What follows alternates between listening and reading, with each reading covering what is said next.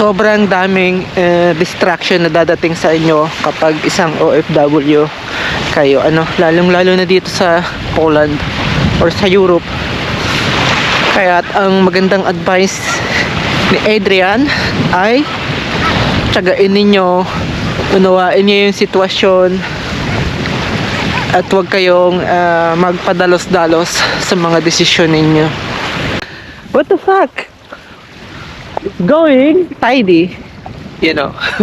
So, andito ako sa dalampasigan. Nabasa yung sapatos ko. Kung nakikita nyo, habang naglalakad.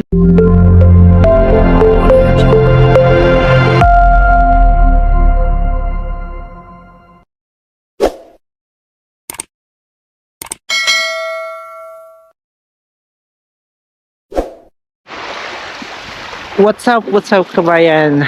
So, andito na naman si Adrian para sa isang video or content na gagawin ko ngayon. So, tatalakayin natin ngayon or pag-uusapan ng isang kung may mga trabaho ba dito na healthcare sa Poland, kasi meron tayong kabayan na nagtanong doon sa YouTube channel ko kung meron daw ba or open ba daw ang Poland sa mga ganong trabaho. Ang sagot ko dyan para sa kabayan ko, sa tingin ko ang ganyang trabaho ay kailangan mo matutong mag-Polish. Kahit na professional healthcare ka or nakapasa ka sa sa pagiging professional healthcare, kailangan mo pa rin ipasa yung lingwahe or yung exam nila dito kung gusto mo talagang magtrabaho dito sa Poland. Dahil nga napakahirap ng komunikasyon, lalong-lalo na sa mga matatanda dito sa Poland. Yun kasi yung madalas na problema kapag yung bansa ay independent country or mayaman na bansa. Kasi ang Poland ay belong sa European Union. So karatig din dito ng Germany. So alam niyo naman, ang Germany, isa yan sa requirements nila yung matuto kang magsalita ng lingwahe nila. So ganoon din dito sa Poland, kapag gusto mong tumahak ng magagandang posisyon na trabaho, so kailangan mong matutong magsalita or maintindihan yung lingwahe nila, guys. Hindi madali sa una dahil nga yung mga may edad na ditong mga tao ay hindi talaga nagsasalita ng English. Para doon sa mga kababayan ko na nakakapanood nito, gusto ko lamang ipaalam sa inyo na kung gusto nyong tahakin yung mga magagandang trabaho dito, yung hindi skilled work, number 1 na kailangan nyong lagpasan ay yung matutunan yung lingwahe nila. Dahil may makakasalamuha kayo dito talaga na ayaw mag-adjust. Ang ibig kong sabihin, hindi talaga sila magsasalita sa inyo ng English dahil ayaw nilang mag-adjust.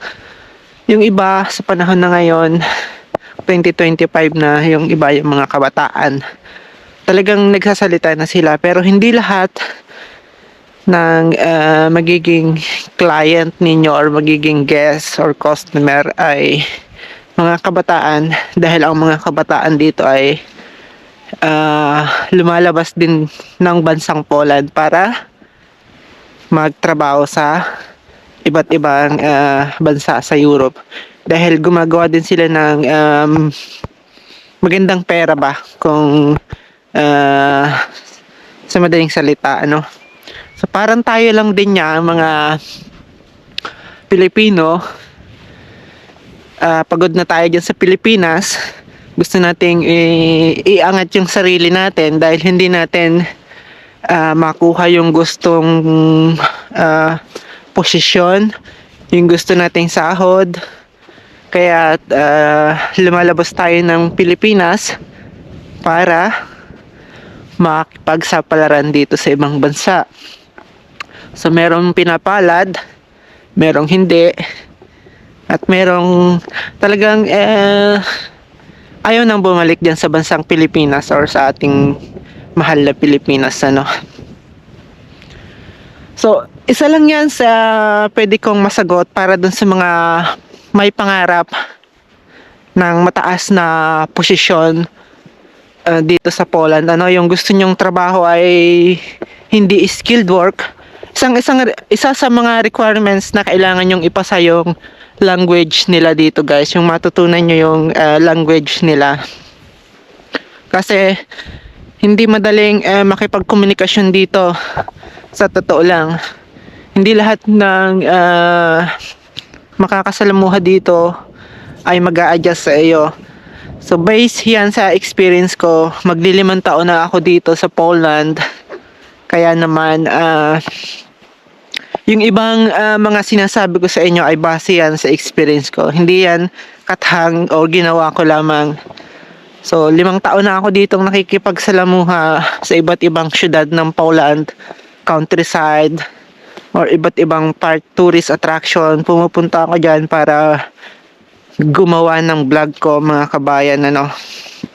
Kaya't hindi madali. So andito ako ngayon sa isang tourist attraction din dito sa malapit sa tinitirhan ko, ano. So kung makikita nyo itong karagatan na to or baybaying dagat, kapag summer ay punong-puno ito ng tao. So ayun nga, guys, tinatopic natin ngayon yung iba't ibang trabaho na pwede nyong pasukin dito sa Poland, mga kabayan, ano. Ang 100% na talagang alam na alam ko ay ang skilled work, dahil ang linya na yan ay nabibilang ako, ano, ganyan ang trabaho ko. So isa akong hotel staff dito sa Poland,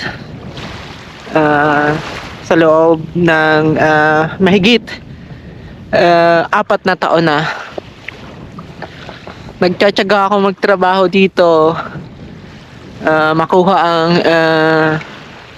citizenship na pinapangarap ko. Ang kagandahan kasi dito, guys, sa Poland, to, kung makikita nyo, bilang isang migrant, bilang isang kabayan, or bilang isang nangangarap na tao, kung makikita nyo, malaya akong nakakagawa ng content na ganito. Walang sumusuntok sa akin, walang humahablot ng camera ko or ng cellphone ko. May freedom ka dito. Yun ang gusto kong iparating sa inyo, guys. So hindi lahat ng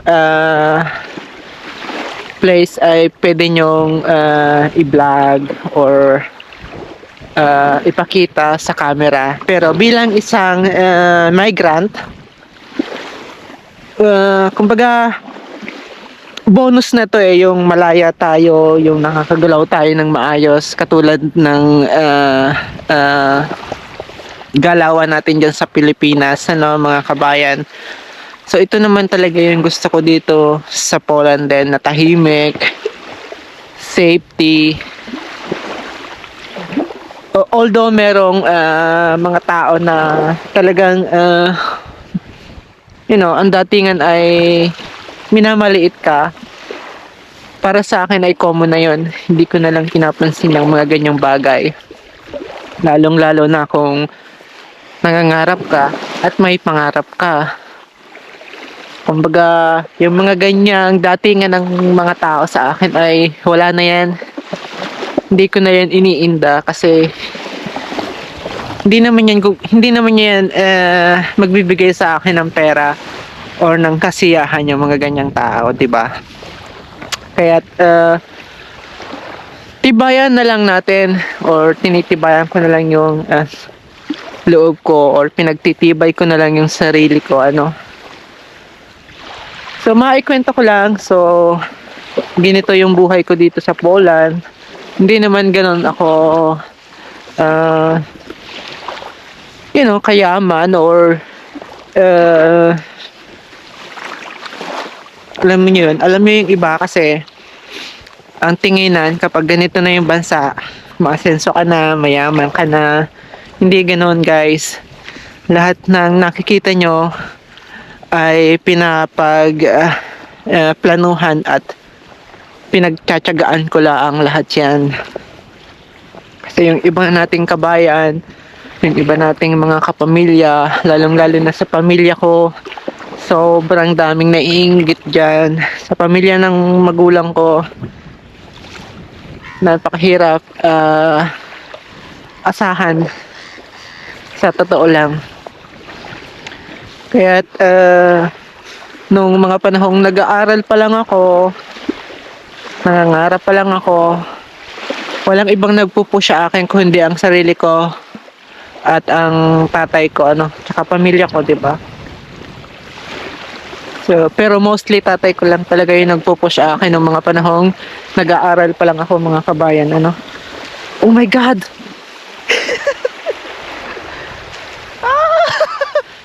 What the fuck? What the fuck? It's going tidy, So, andito ako sa dalampasigan. Nabasa yung sapatos ko. Kung nakikita niyo, habang naglalakad the wind is crazy.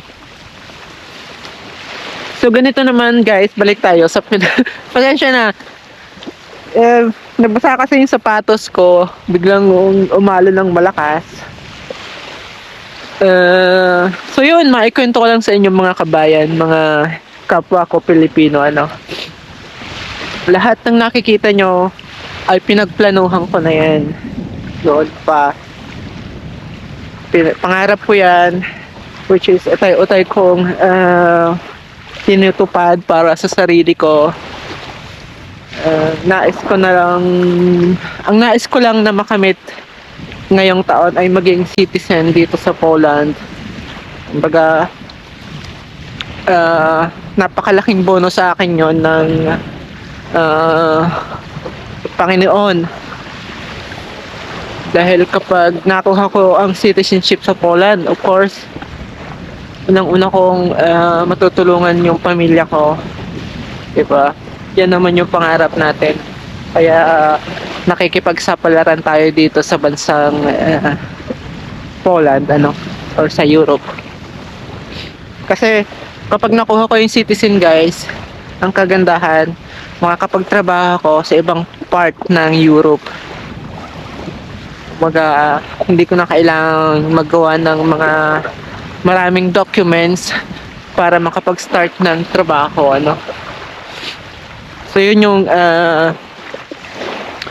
isa kong ginugol sa mga panahong ito or sa itong panahon, mga susunod na taon. Yan ang mga pinapangarap ko, mga kabayan. Kaya sabi ko nga dun sa mga kababayan ko na paparating pa lang,